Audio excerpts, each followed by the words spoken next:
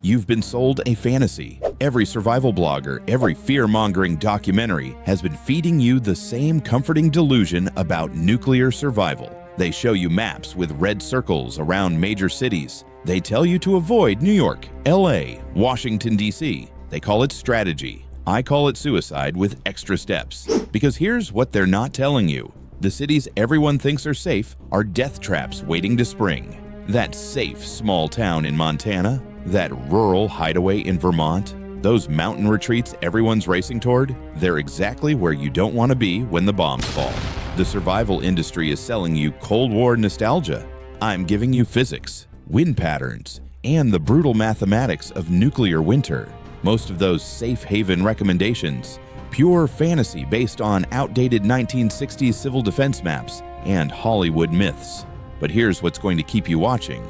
There are exactly 5 American cities where your odds of survival aren't just possible, they're actually calculable. 5 locations where geography, infrastructure, and pure dumb luck converge into something resembling a chance. And I guarantee the last 2 on this list are places the prepper community has completely written off because they're too counterintuitive, too unexpected, too far from the romanticized rural bunker fantasy. This isn't about what feels safe. It's about what the blast radius, fallout patterns, and electromagnetic pulse data actually tell us when you strip away the fear porn. The distance doctrine. The only rule that matters before we count down the cities. You need to understand the framework that separates survivors from statistics. I call it the distance doctrine, and it's viciously simple. Nuclear survival isn't about bunkers or iodine pills or how much canned food you've hoarded. It's about 3 converging factors: primary target distance, secondary target isolation, and fallout corridor avoidance. Miss any one of these, and you're measuring your remaining lifespan in hours, not years. Think of it like this. A nuclear weapon creates 3 kill zones.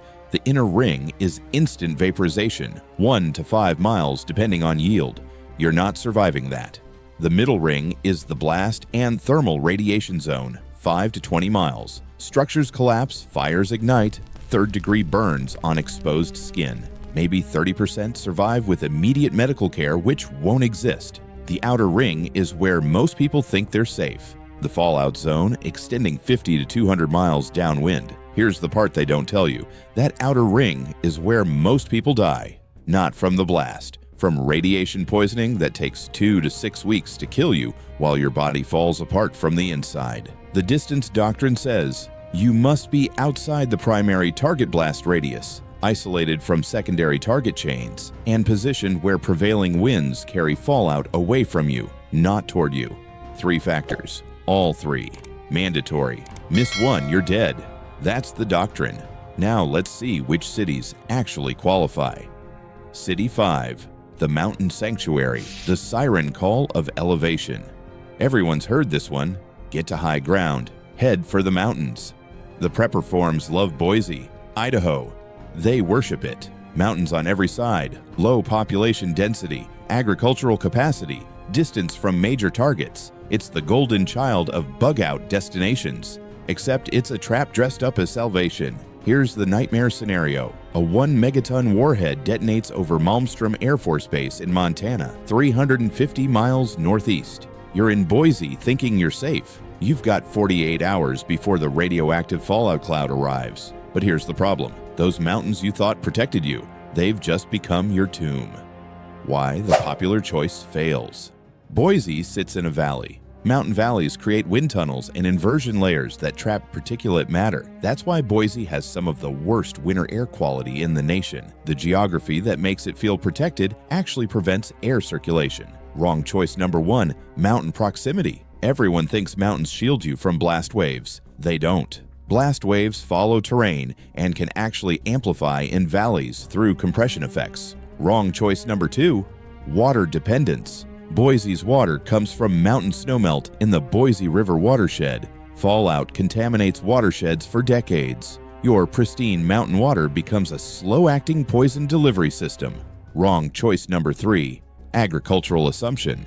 Yes, Idaho has farms that require fuel for equipment, fertilizer from chemical plants that won't exist, and growing seasons that will be shortened by 4 to 6 weeks in a nuclear winter scenario.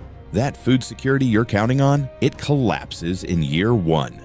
The real answer, Boise adjacent. If you're committed to the Mountain West, Boise itself isn't the answer, but 120 miles southeast, there's a location most people have never heard of, Pocatello, Idaho.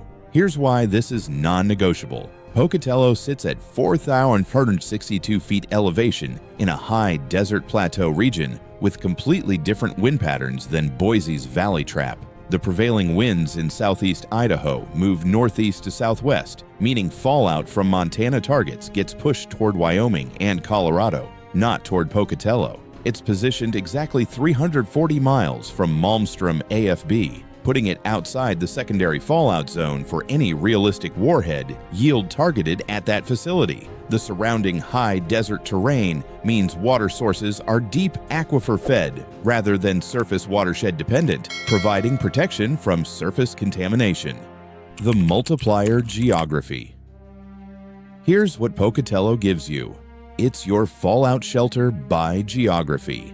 The high desert terrain naturally limits vegetation that would trap fallout particles, and the wind patterns consistently push contamination away. It's your water security. The Port Neave River and deep aquifers provide multiple water sources that are less vulnerable to surface contamination than mountain watersheds. It's your strategic position, close enough to agricultural regions to matter, far enough from major targets to survive, and positioned where 3 highways intersect for supply line access or evacuation routes. It's your climate advantage. High desert means cold winters, but also means the temperature drop from nuclear winter is less catastrophic than in already marginal growing regions. 1 city, 4 survival multipliers. But here's the hidden problem. Pocatello still has a fatal flaw that most people won't see until it's too late. City 4, the coastal paradox.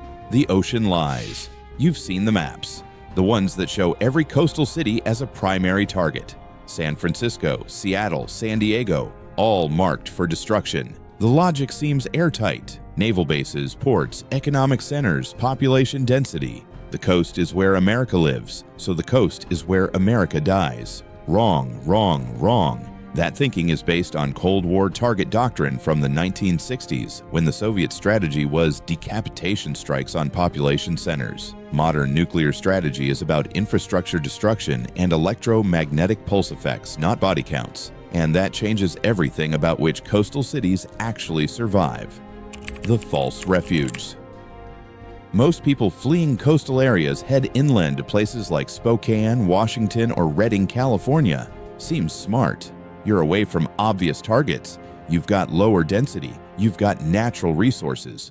Wrong. Refuge 1, Fairchild Air Force Base, sits 10 miles from Spokane. That's a guaranteed target for a 300 kiloton warhead minimum. You're not outside any blast radius that matters. Wrong. Refuge 2. Redding sits directly downwind from Travis Air Force Base and the Naval Weapons Station in Seal Beach. Prevailing winds move west to east. That fallout is coming right at you at 30 miles per hour, and you've got 6 to 10 hours before lethal radiation levels arrive. Wrong. Refuge 3. Both locations depend on supply chains that dissolve instantly in a nuclear exchange. You're in an isolated inland region with no port access, limited agricultural production, and harsh climates that get significantly harsher in nuclear winter conditions.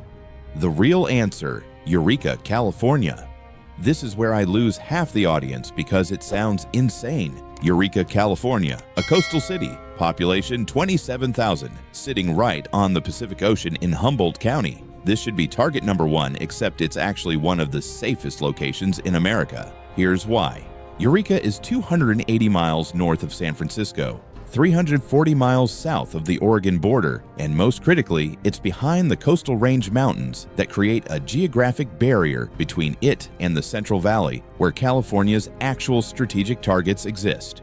The nearest military installation is Travis Air Force Base, 235 miles southeast. That's outside the blast radius of any weapon yield. The nearest major city is San Francisco, 272 miles south. Again, outside the radius. But here's the secret weapon. Eureka sits on the Pacific coast where prevailing winds blow from ocean to land. Any fallout from inland targets gets pushed east, away from the coast. Any fallout from coastal targets in Southern California travels south to north with the California current, missing Eureka entirely. The coastal multiplier. It's your oceanic barrier. The Pacific Ocean provides an unlimited water source for cooling, a massive heat sink that moderates nuclear winter temperature drops, and a fallout boundary that protects from inland contamination. It's your agricultural miracle. Humboldt County has year-round growing seasons, existing food production infrastructure, and coastal microclimates that resist nuclear winter temperature drops better than inland regions. It's your isolation advantage. Eureka is already semi-isolated with limited road access, meaning it's defendable, and the population is small enough that resource conflicts are manageable. It's your maritime access. In a collapsed world, ocean navigation becomes critical. Eureka has a deep water port that provides fishing access and potential trade routes when inland supply chains are destroyed. One coastal city, 4 survival factors. But there's a problem everyone misses. Water isn't just about drinking. City 3, the heartland illusion, the bunker mentality. The preppers have spoken, and they've all chosen the same answer: the rural Midwest, Kansas, Nebraska, the Dakotas. Low population density, agricultural capacity, distance from coasts, and in many cases, literal nuclear missile silos that you assume are already targeted, so the surrounding areas must be safe once those targets are destroyed. That last part, that's the logic that kills you.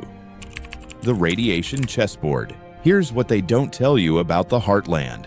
It's not one target, it's 450 targets spread across 6 states. The Minuteman III ICBM network places launch facilities across Montana, North Dakota, Wyoming, Nebraska, and Colorado. Each silo is a separate target. Each silo hit creates a separate fallout plume. Wrong assumption 1, rural means safe.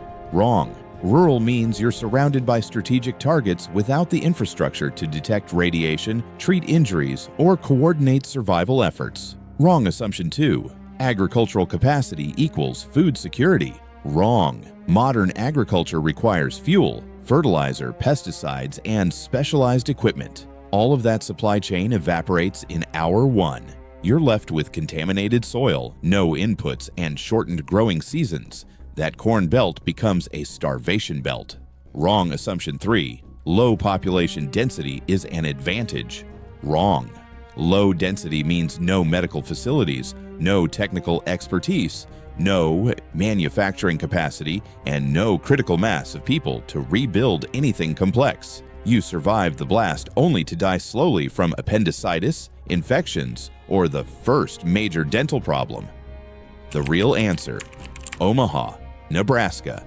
Stay with me, because this sounds like madness. Omaha is near Offutt Air Force Base, home to U.S. Strategic Command. Offutt is absolutely 100% guaranteed to be targeted by multiple warheads, probably 6 to 8 weapons to ensure destruction of hardened command bunkers. So why is Omaha on this list? Because Offutt is 8 miles south of downtown Omaha. That specific distance puts central Omaha outside the blast radius of anything except a 50 megaton warhead, which doesn't exist in modern arsenals. Maximum deployed yield is 1.2 megatons. At that yield, the severe damage radius is 6.1 miles. Here's the math that saves you. You're in downtown Omaha, 8.3 miles from ground zero at Offutt. You experience the thermal pulse, the pressure wave, the EMP effects, windows shatter, buildings sway. The power grid dies, but the structure survives, and so do you if you're not standing next to windows. The Midwestern multiplier.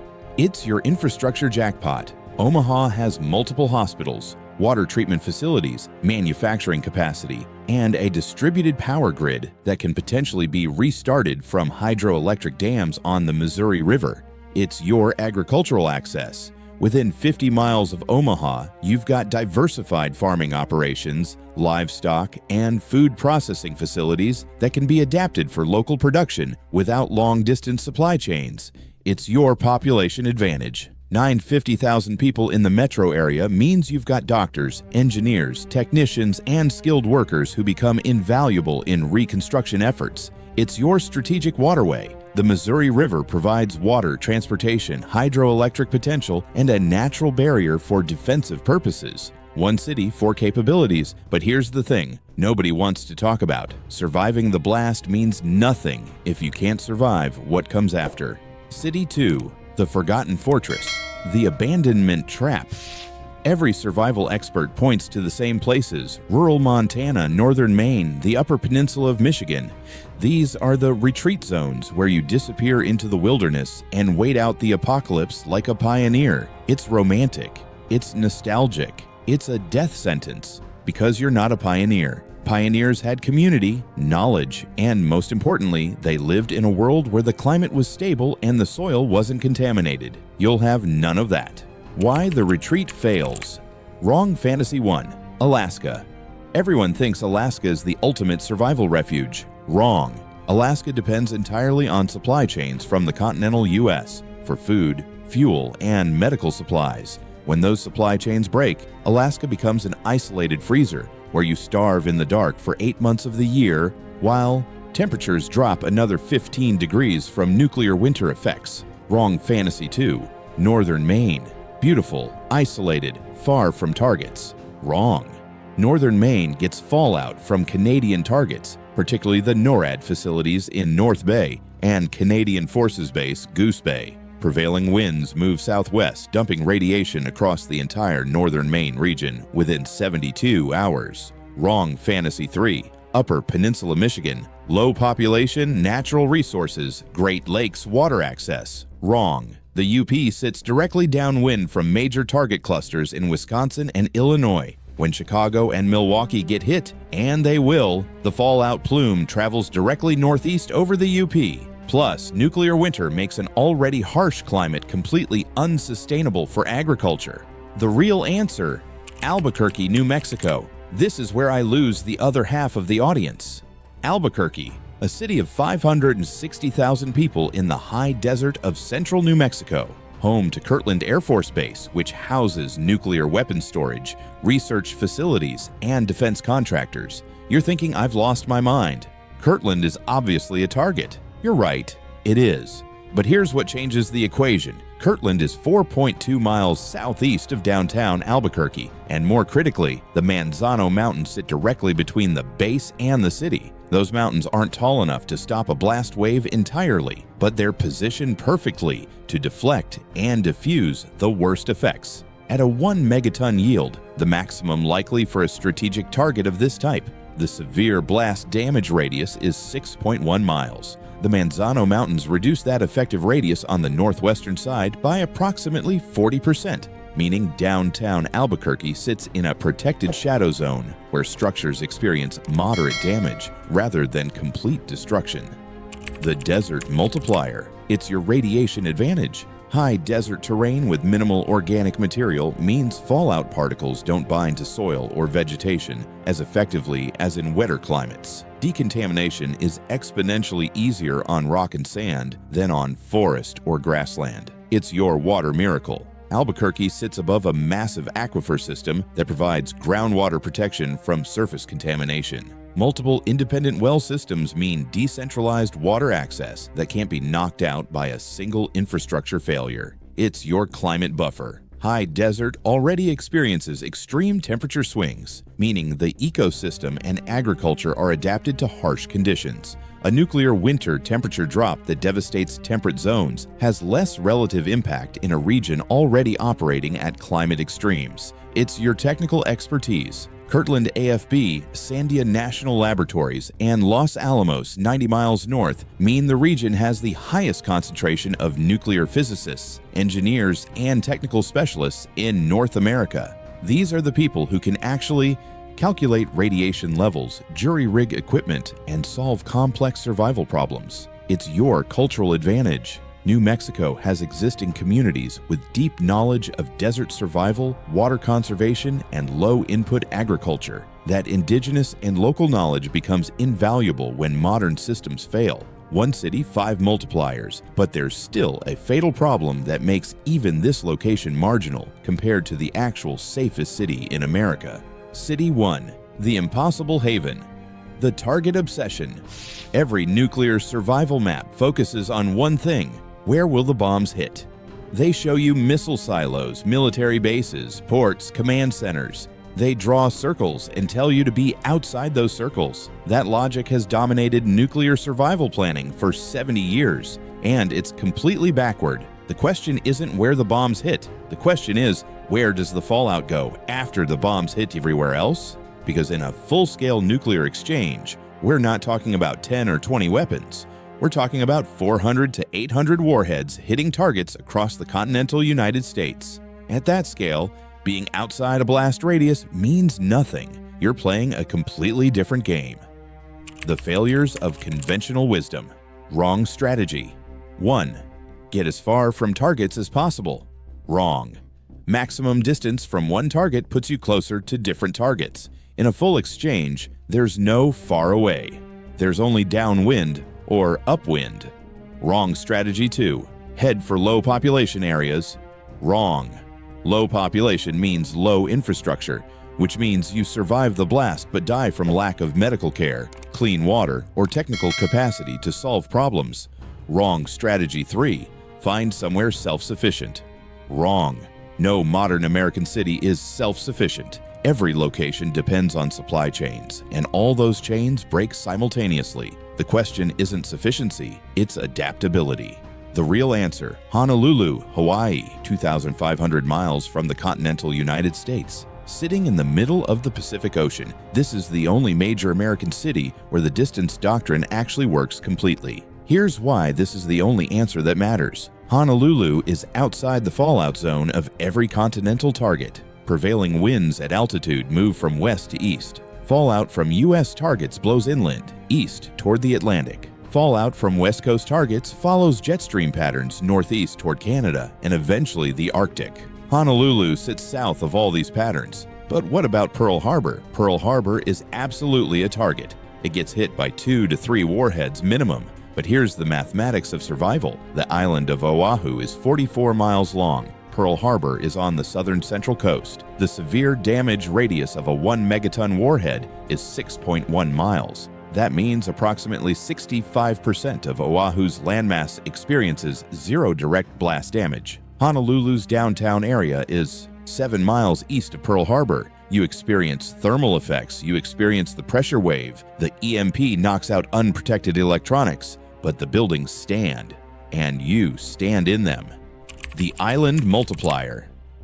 It's your fallout sanctuary. 2,500 miles of ocean between you and contamination sources means even if radioactive particles enter the atmosphere over the Pacific, the concentration and dose rates are orders of magnitude lower than continental locations. It's your climate stability. Hawaii's tropical climate is largely independent of polar and temperate atmospheric systems. Nuclear winter effects caused by smoke and particulate matter blocking sunlight in northern latitudes have minimal impact on equatorial regions. You maintain growing seasons and moderate temperatures while the rest of the northern hemisphere freezes. It's your agricultural viability. Hawaii already produces tropical fruits, coffee, macadamia nuts, and vegetables year-round. The existing infrastructure can be adapted to local production without mainland inputs. Plus, you're surrounded by the world's largest protein source, the ocean. Fishing becomes a primary food source indefinitely. It's your water abundance. Average annual rainfall in Hawaii is 63 inches. That's triple the continental U.S. average. Water collection and storage are simple. Freshwater contamination risk is minimal because you're outside fallout zones. It's your naval assets. Pearl Harbor facilities, even if damaged, represent salvageable technical equipment, machine shops, and dry dock capacity. These become the foundation for maintaining boats and equipment for island survival. It's your defensible geography. Island geography means limited entry points and clear boundaries. In a collapsed world, this becomes a critical advantage for maintaining order and resource control. 1 city, 6 survival multipliers, and it's not even close. But here's the problem nobody wants to admit. Even Honolulu isn't actually safe in a full nuclear exchange. It's just the least deadly option in a scenario where every option is terrible. The truth behind the doctrine. And there they are, the 5 cities, Pocatello, Eureka, Omaha, Albuquerque, and Honolulu. But here's what everyone misses in these calculations. The cities aren't the survival strategy. They're the starting position. What matters after you're outside the initial blast radius is whether you have the knowledge, the community, and the adaptability to survive what comes next. The radiation, the nuclear winter, the supply chain collapse, the social breakdown. The distance doctrine gives you the geographic advantage, but that advantage is meaningless if you don't understand radiation physics, don't know how to decontaminate water, can't organize community resource distribution, and can't maintain basic medical capability with improvised equipment. The real survival tool isn't the city you're in, it's your brain. And whether you've trained it to solve problems under conditions where every system you depend on has failed simultaneously. So study the maps, understand the wind patterns, learn the blast radius calculations. But more importantly, study medicine, water purification, radiation detection, agricultural basics, and community organization. Because if the bombs fall, the city you're in gives you a chance. What you know gives you a future. That's survival. The place is just where you start. What you know is how you finish. Stay sharp, stay informed, and maybe, just maybe, stay alive.